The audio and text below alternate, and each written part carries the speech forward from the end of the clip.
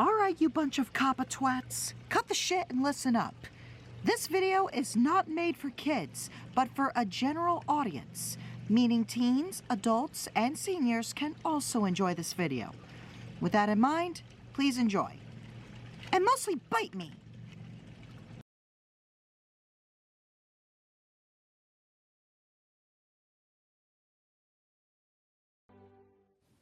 Fred is a little Hunslet diesel who works on the Skarloey Railway as the number 9. It's believed that Fred is a lazy engine. But contrarily to that logic, while Fred reluctantly does his work most of the time, he hates the drawbacks of the different jobs he receives. When it comes to passenger trains, he hates the passengers complaining. When it comes to goods trains, he hates how troublesome the trucks can get. When it comes to the maintenance train, he hates standing exposed to the weather elements, feeling bored. Sun heat, clouds rain, or skies wind. And when it comes to his least favorite job, the weed killer train, he hates the destructive nature of the trains ravaging the plants near the rails and sleepers. Man, driver, why must we trim those weeds? I mean, look at the plants! They're pretty innocent to me! Despite Fred's lethargic behavior, he does enjoy the view of the scenic sights to keep him distracted from the negativity. Vast trees that change color over the season, flowing rivers under the bridges, and the flowers blossoming in the fields. He didn't believe nature could be so violent, but all of that will soon change for him. One windy morning, as Fred was attempting to sleep in, Mr. Percival strolled up with a job for him. Wake up, Fred. There's work to be done. I need you to take some workmen down the line to trim some trees near the rails. Oh, sir, could you send another engine like Rusty to do it? Oh, for God's sake, Fred, no more excuses, please! You'll do the work that's given to you, and that's the end of it. Do you understand? I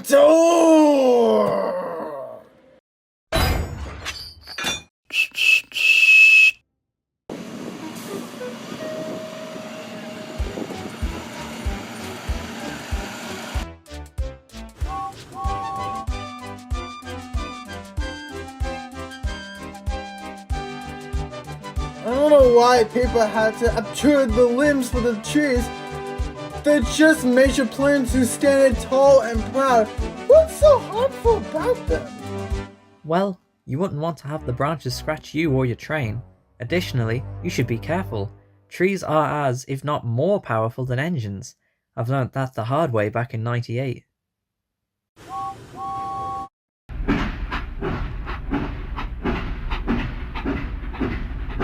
Fred's driver saw the workman walk a bit off-way to the end of the depot, observing a tree. Come on, Fred. Let's roll up to them so they wouldn't have to walk back to us after they trim the branches.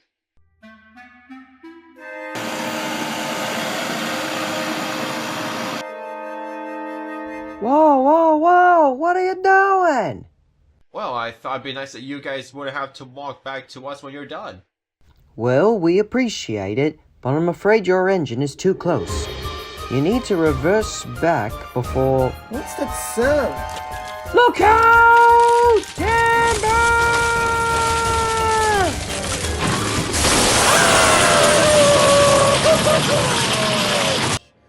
A big tree fell right on top of Fred. The ground was damp from last night's rain, and it was loose enough for the wind to push it on its side. Fred! Are you okay? Oh yeah? I just found myself in a tent. Of course I'm not okay! Get me out now! Sweet Mansion's ghost! Mr. Percival witnessed the whole accident and phoned for help. Bedstead arrived with some lumberjacks on his train. The workmen wasted no time removing the tree from Fred. First, they snipped off the thin branches.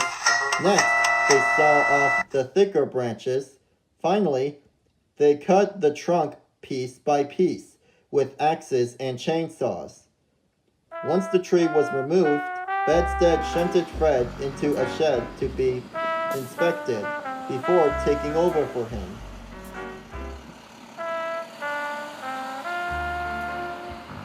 Are you alright, Fred? The accident wasn't your fault. It was just your driver being a bit careless. The filter said I'm a little dented. I just need a new metal sheets on me. I can't believe something would be gentle looking can be destructive. Nah, I get what James said. While you're definitely not the first engine on this railway to have problems with trees, Peter Sam did so back in 85, and so did Sir Handel when a tree poked him in the eye in Wales. Now that I think about it, on the subject of Wales, I think I have just the treat for you to make up for what happened today.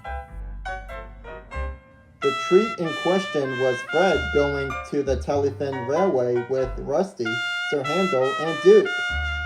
Even Mike from the Orlesdale Railway will tag along. Come on, come on, come on! Let's get rolling! I want to see if I can get a rematch from that cheeky car bloke. Sir Handel, that was a year ago, and you're still mad about it.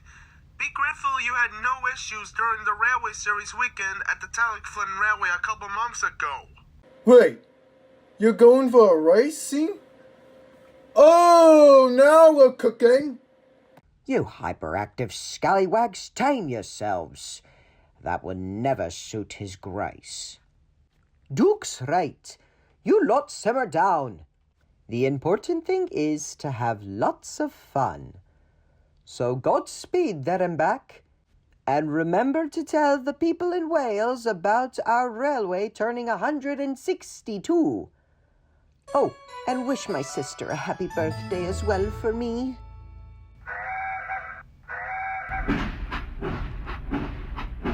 Goodbye, everybody.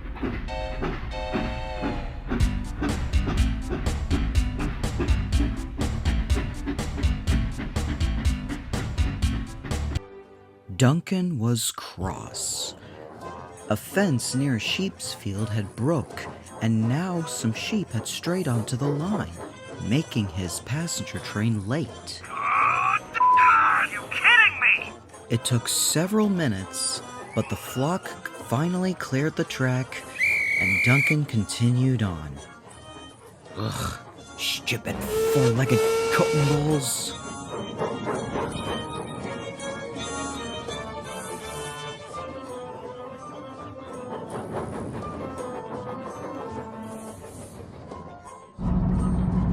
Pip and Emma were already at the platform, waiting for Duncan. "You're late," snapped Emma. "I know," retorted Duncan. "It's the bloody sheep's fault. Every once in a while they'd be straying on the tracks." "Well, at least you're not as big as us. We may accidentally run them over. But with your small size, when push comes to shove, the last-minute resort you can do is to simply give them a minor nudge." "Emma, time to go. That was our guard's whistle." "Just a little advice, my dear."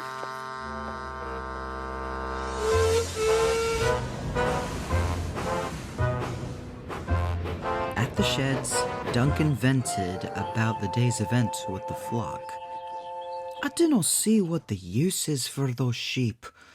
All they do is just munch on grass and mindlessly wander onto the tracks."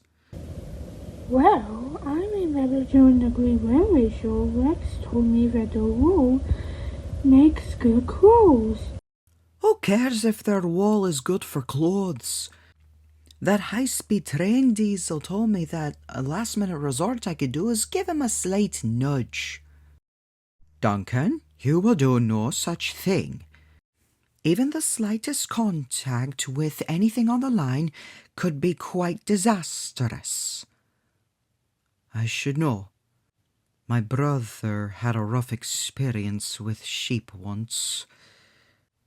At least he's asleep, so I guess I could tell you too."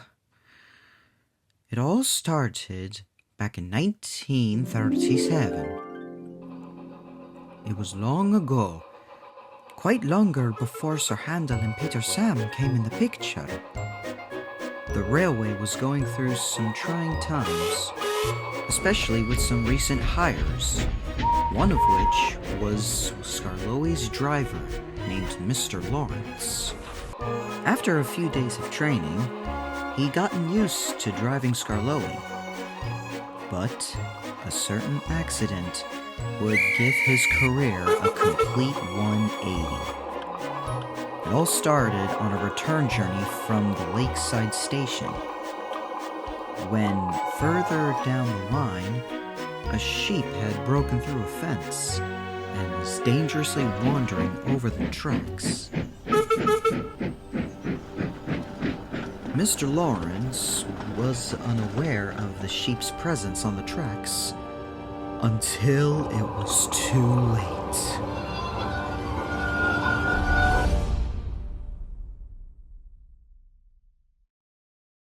The brakes were slammed on hard, but it didn't slow down in time when they heard an awful thud and crack. The crew got out of Skarloey's cab and witnessed the once curious sheep, now nothing more but a lifeless corpse. But what they did next was unthinkable. What happened? It's not nice to talk about. But what happened? Why isn't it nice? Mr. Lawrence took the sheep's corpse and stuffed it into Skarloey's firebox. No, he didn't. I'm afraid he did, Peter Sam. We don't exactly know why Mr. Lawrence did it. Perhaps he didn't want the farmer to be yelling at him for hurting one of his sheep. But, regardless, the damage was already done, and the railway had to continue its progress. Skarloey felt sick in the firebox all the way to Croven's Gate. Do I smell mutton in the air? Things certainly weren't any better when the cleaner arrived to clean out Skarloey's ashtray. Jiminy cricket! Is that a hoof? And a bone? Cinched up wall? Call the police!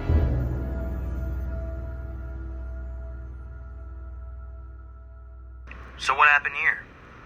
Well, I was just documenting some paperwork when the cleaner came to me in a frantic manner. The situation was rather gruesome. Skarloey will explain it to you. Okay, Skarloey. Just tell the officer exactly what you told me.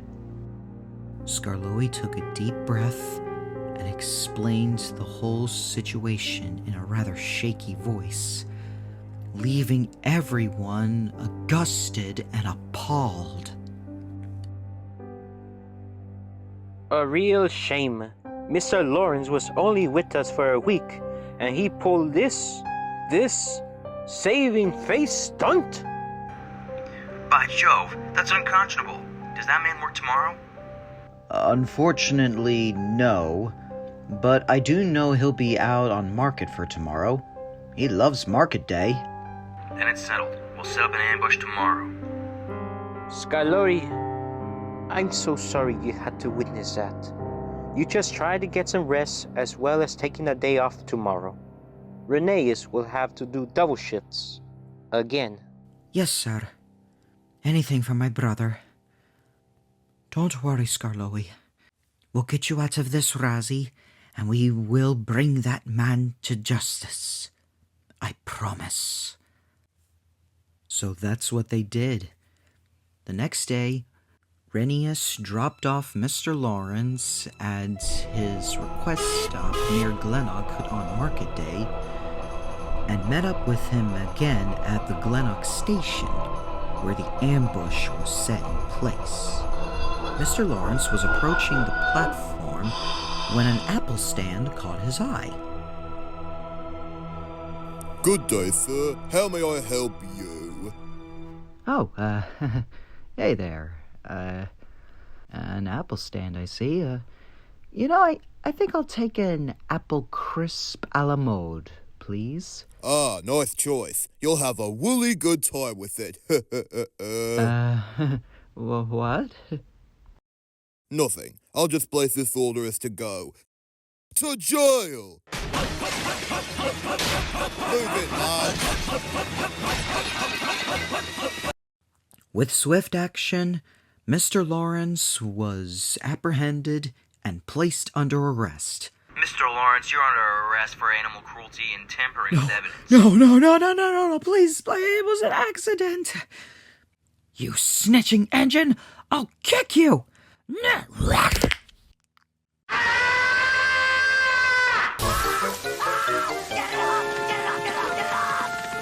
Renius, spit him out. You don't know where he's been. Additional charges for vehicular assault and resisting arrest. Remain calm. We'll screw you to St. Tabitha Hospital before booking you to the Tidmouth jail. After Mr. Lawrence's arrest, it took a couple days, but Skarloey was finally back on his wheels and continued to work on the railway for a little bit longer until his firebox and boiler finally gave in, leaving Renius as the railway's only workhorse. And, as they say, the rest is history. So, Duncan, I hope you heed this story good. And should you ever make a mistake, it's strongly important to own up.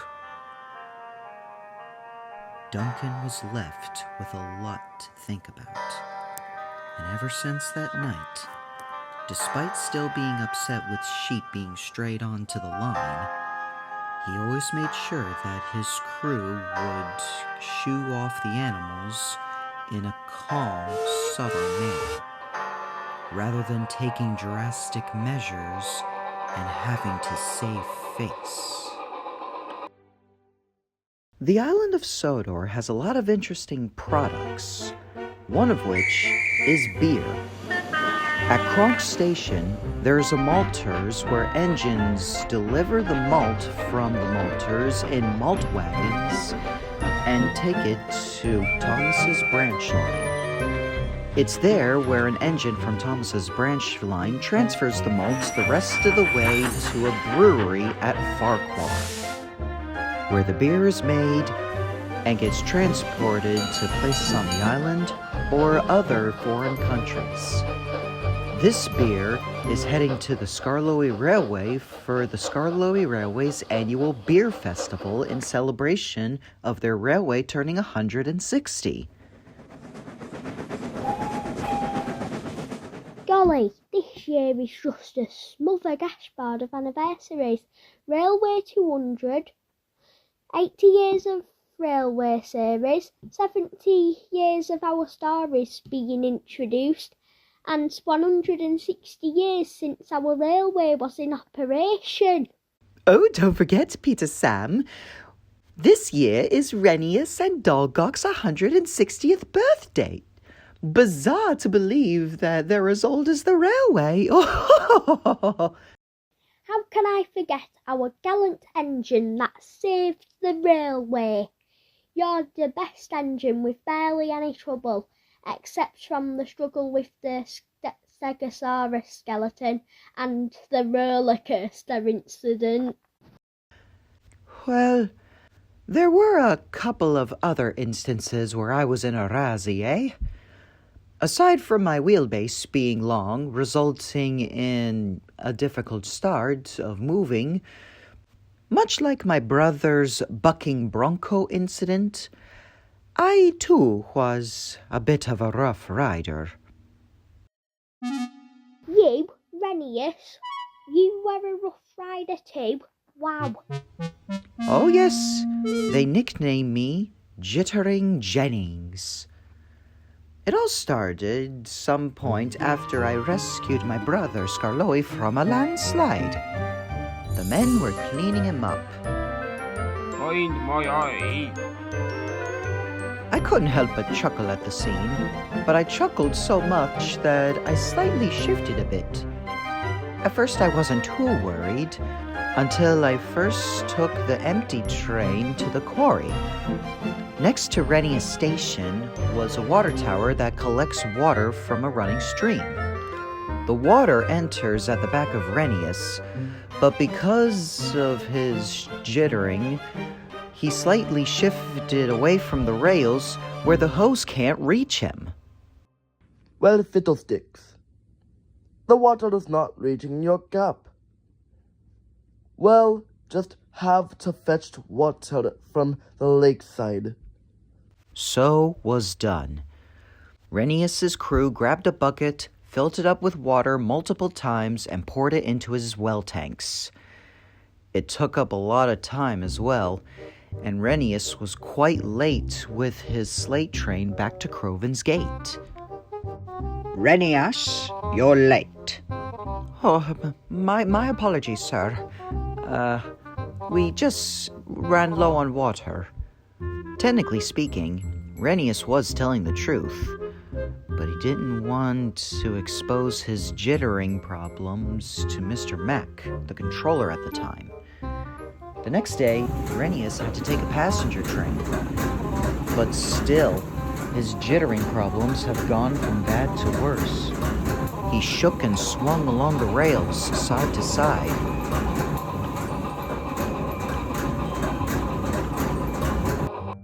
And the journey back was barely comfortable at all.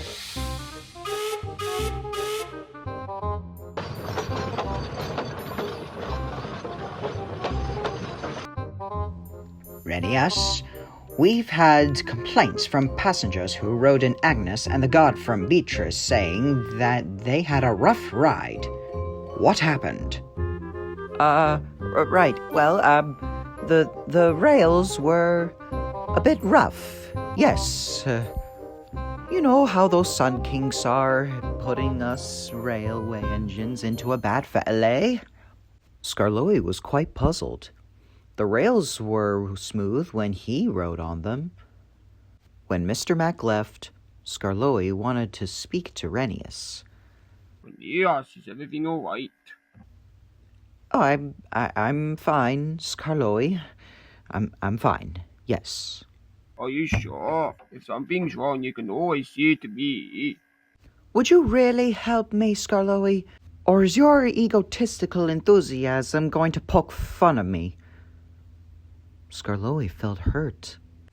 Sure, he may have been arrogant and enthusiastic and full of ideas, but this time, he really showed concern for Renius. Skarloey decided that for now, it would be best to remain silent. The next day, Renius was assigned to deliver some mail along the railway. He was traversing over a hill along Cattle Creek when he was shifting around so much that the coupling behind him broke.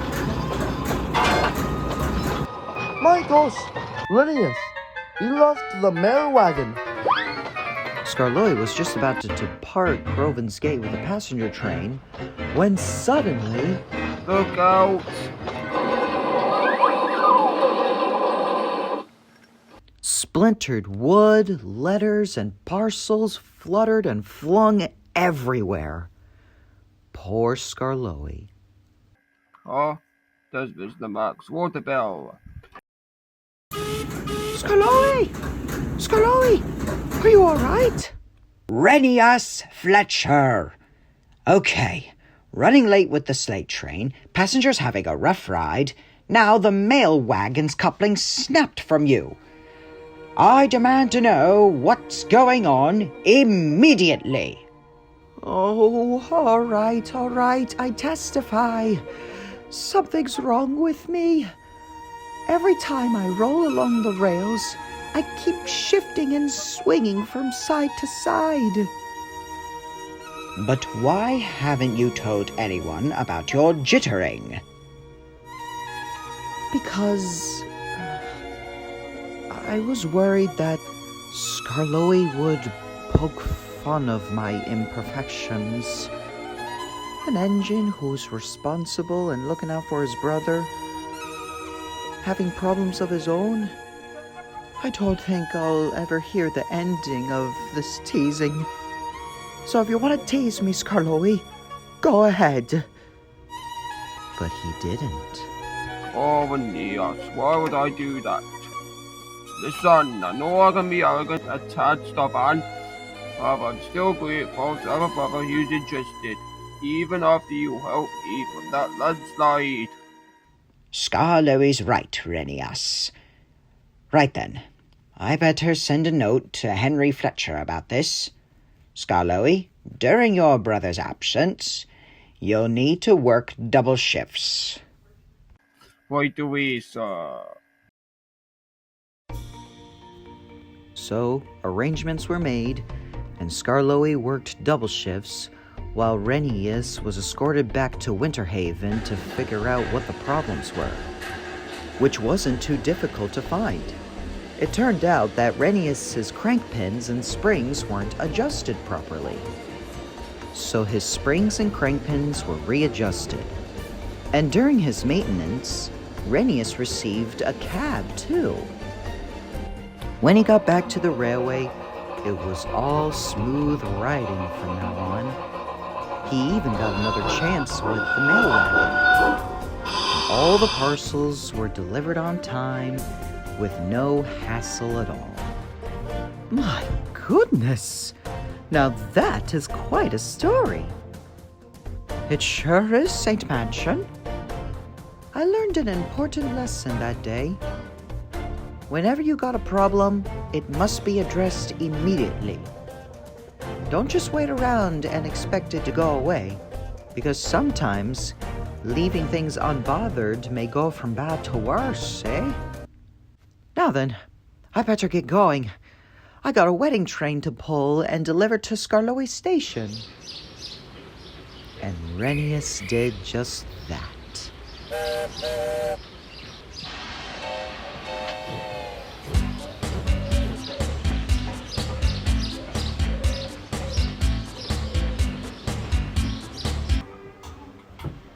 Skarloey was sitting at Croven's gates with a big passenger train. One of the coaches was the refreshments coach.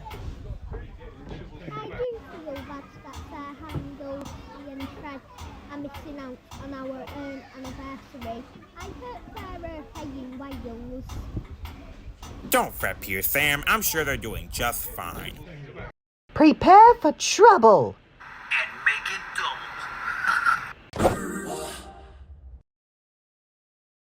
I want to kill that guy.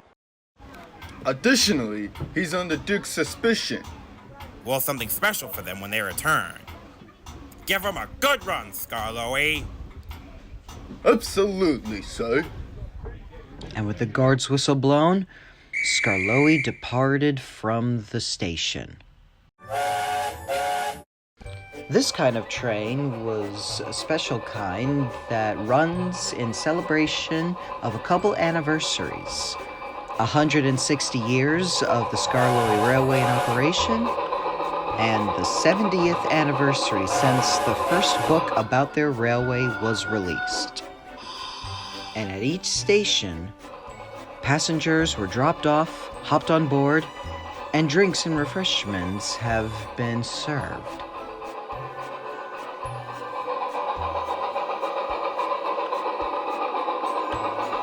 There was a special extended stop at Lakeside as well.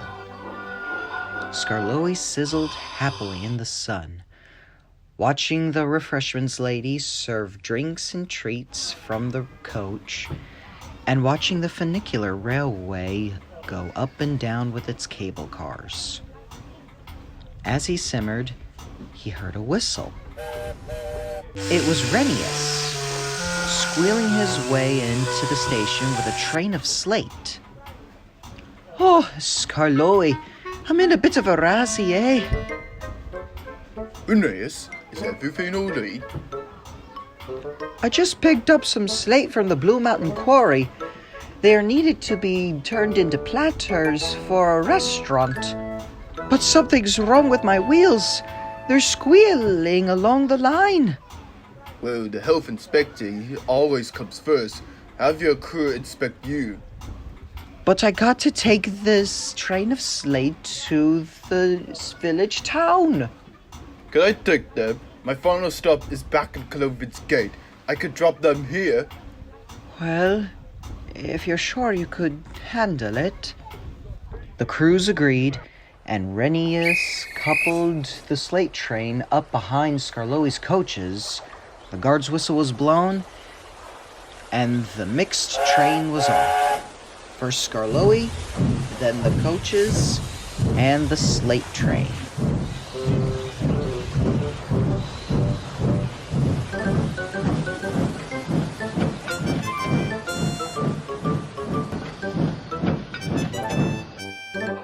Skarloey rounded along the lakeside loop with his long train. Further down the road, things are going to go from bad to worse. Quite literally on the road. Vehicles were having trouble driving along due to the amount of potholes.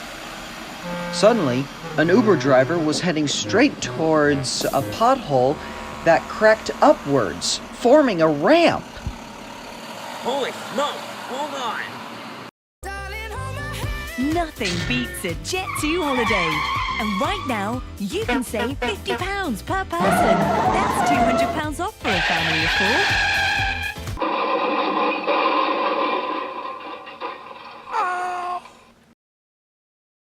4. Skarloey finally strained into Skarloey Station. It was there where he saw a large crowd of people. What's happened here? Why are there so many people? My band needs to be escorted to a mechanic pronto. There's potholes all over the road. So much that the bus services have been cancelled. We have no way to go home. Conveniently in a siding, Skarloey saw Gertrude and Millicent, the bogey coaches. Skarloey made a dumb but courageous decision. I'll do my best or bust. He rallied up Gertrude and Millicent and shunted them between his coaches and slate train. And for the Uber's SUV, it was hoisted onto another flatbed. The guard's whistle blew. With wheels slipping, but a slow departure, Skarloey finally started moving. Slowly but surely.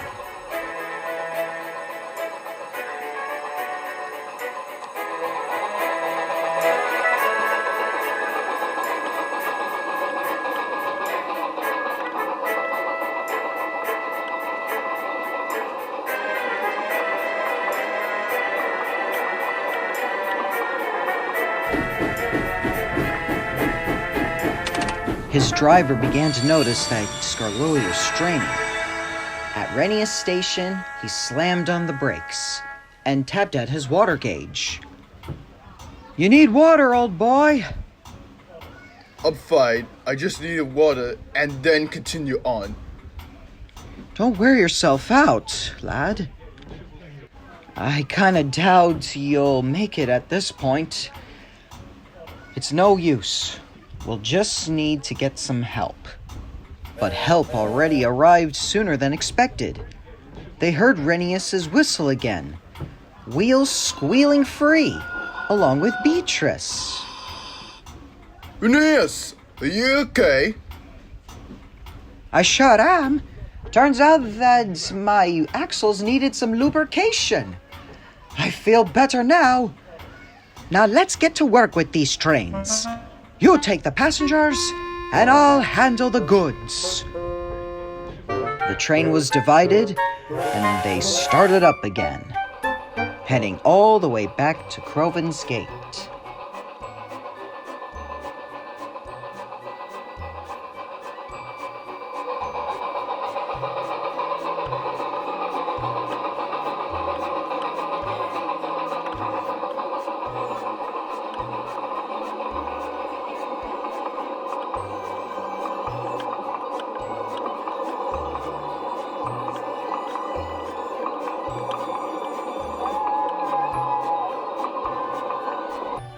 Mr. Percival was pacing the platform anxiously at Crovan's gate when he heard a long, exhausted but triumphant whistle from the old faithful engine himself.